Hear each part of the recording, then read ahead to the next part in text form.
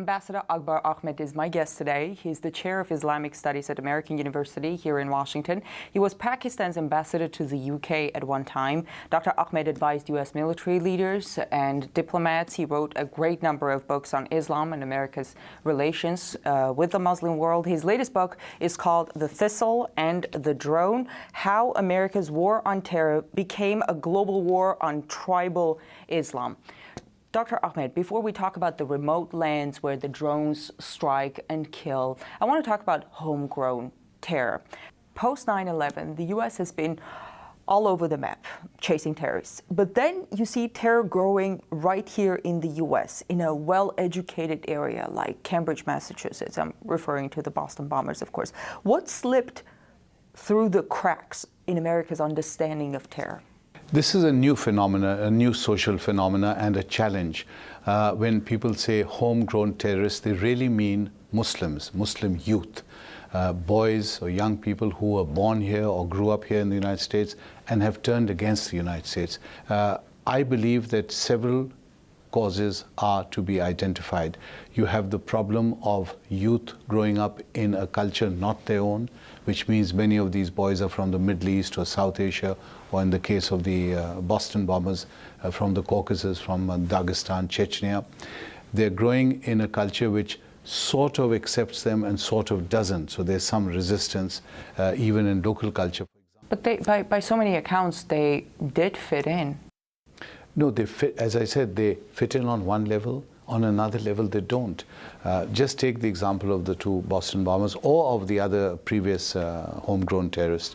They're hearing around them so much talk of Islamophobia, so many attacks on their religion, on their Quran, on their culture, not necessarily on a religious level. So their response is not an Islamic response necessarily, it's also a cultural response.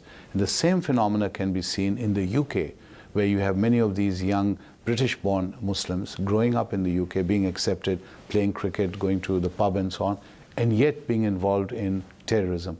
So they're not, thankfully, many of these, but there are cases, and these cases, I really believe, are a consequence of several failures of society. Larger society, not being able to integrate them fully, their own community not being able to detect who they are and then give them a certain direction. With the Boston bomber, intelligence warnings were there. The guy did not really hide his radical views, and there is a sense that the authorities did not pursue him, and I mean Tamerlan Tsarnaev, well enough because he did not fit into their profile of who would be a jihadi, probably thinking that it would be someone with maybe a Yemeni background.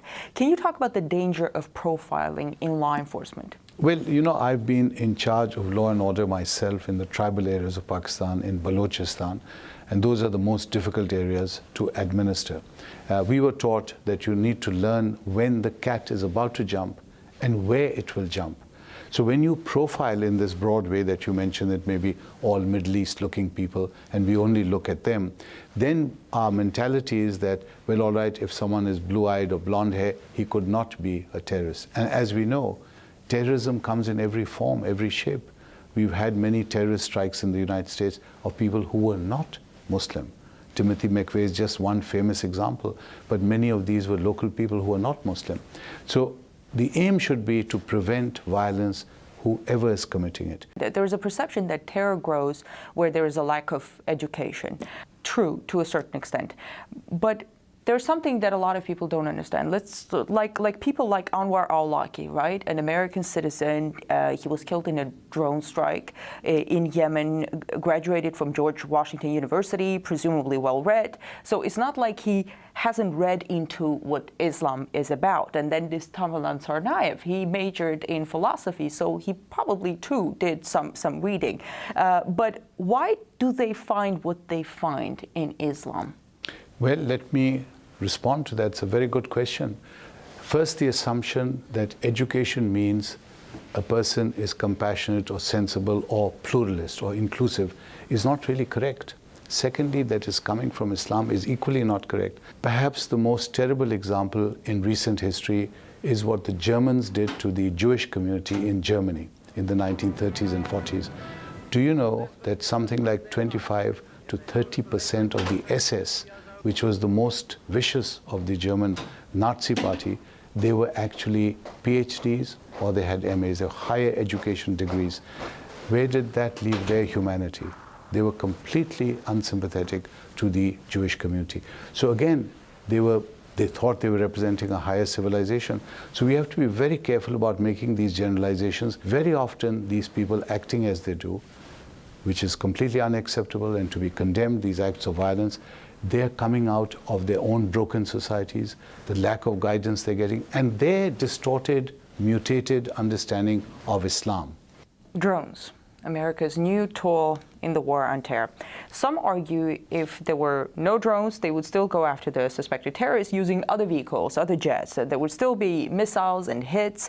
What difference did drones really make, in your opinion? Well, in my opinion, the debate around drones has just started. Now, the problem as I see it is it's one-sided. There's one side of the debate, which is how Americans see the usefulness of drones.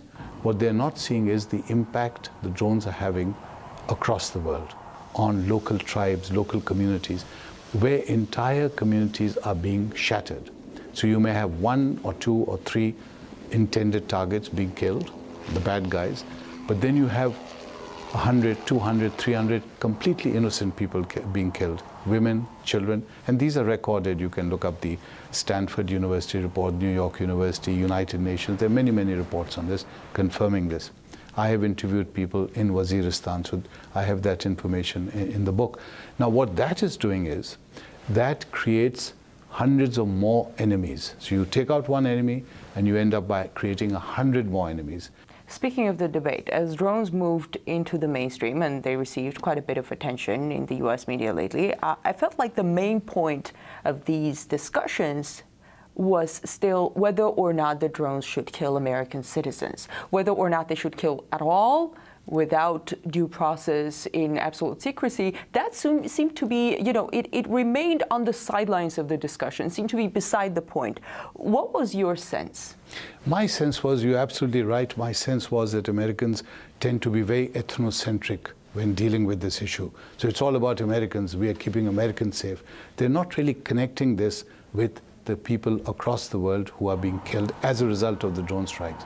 Now, I'm sure that debate will come because Americans are people who have a great social conscience, and once they pick up an idea, they feel there's injustice, they pick it up themselves and they'll go for it. And that will happen. Right now, it's not happening. And we have to understand that when you have a place like Waziristan, which is the focus of my book, small place, already impoverished, tribal societies, no hospitals, no roads, no educational facilities, and you hit it with drones again and again and again, they've ended up by killing over 3,000 people in Waziristan alone. And think of the impact on a small society, small tribal society. It just rips that society apart. And in that vacuum, you will have these violent, angry killers, as you call them, who then go down to Karachi or Lahore in the bigger cities and blow themselves up. And they say this. In one case, they killed a young boy, 10-year-old boy, in a mosque in GHQ, the son of an officer, Pakistan Army officer, and they killed him and said, now you know how we feel and what we go through every day. In your book, The Thistle and the Drone, you write about how the U.S. props up central governments, which then go out and fight the tribes, which is true for Afghanistan, true for Yemen, true for Pakistan. What is it? Is it that the U.S. doesn't understand tribal societies or doesn't want to understand? The war on terror, as I see it, based on my research of these 40 societies, is really a triangle. You could call it the triangle of terror. So you have the United States at one point, you have the central government at another point, and the third point is tribal society. And in the discussion so far, we don't really hear about tribal society. So very often it's the United States and the central government in alliance against Al-Qaeda or the militants, and that's all. What we don't realize is, Gyan, and this is a very important point, that these terrorists are coming out of societies which have nothing to do with supporting them. In fact, they are the victims now. So they're being killed by the drones. They're being killed by their own armies, their own central government armies looking for terrorists. And they're being blown up by the suicide bombers themselves in their own societies. There's violence. Young children are not able to sleep at night because they complain about the drone. They say it's buzzing overhead all the time. they're neurotic, they're angry, they're anxious. To the Americans, you asked the question about why aren't the Americans getting it. I really think Americans don't understand tribal society. Tribal society lies underneath the vast number of Muslim populations, right across from Morocco into the Middle East and up into the Caucasus. So the code of honor of these tribes, the code of honor of revenge, honor, hospitality, all these are very important in defining that society.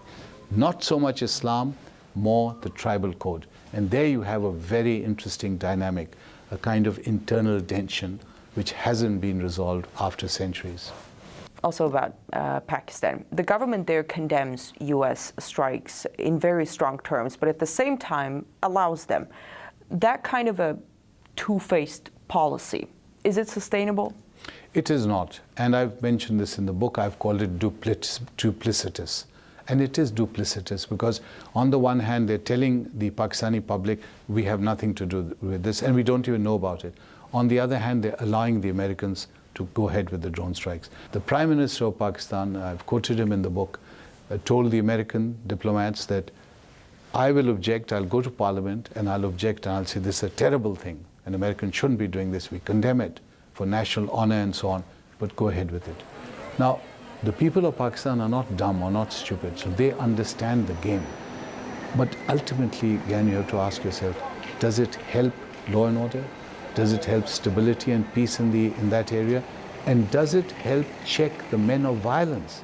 And the answer is no, it doesn't help check the men of violence, because the men of violence then say, these drones are being operated by Americans who are the enemy and the government is helping them. We will now target all government institutions, including schools. Then why isn't Pakistan saying a real no? I think a weak government, I think weak character, all these persuade them that it's better to be tactful, it's better to stay in power without being under any pressure. It takes a lot of courage to stand up to a superpower and say, guys, we may be your friends, but you're messing it up, and you're messing it up for us. It takes a lot of courage. Afghanistan past 2014, is it going to move back to the rule of tribes? That's a very important question, and as someone who has lived there and worked with the tribes, Afghanistan is going to face a lot of challenges, both internally and regionally. But you're saying the structure of their society is tribal, so maybe it is like a natural way for them to go back to their tribal? That's a great question, because as an anthropologist, I would say yes, straight away. But don't forget what's happened in Afghanistan. First, the Soviet invasion of the 1980s, disruption of their tribal structure. The chiefs, the elders, the religious structure, all disrupted. The central government, the king of Afghanistan, all disrupted. So you have a tribal society in a state of disruption. Then the 1990s with the Taliban, more disruption.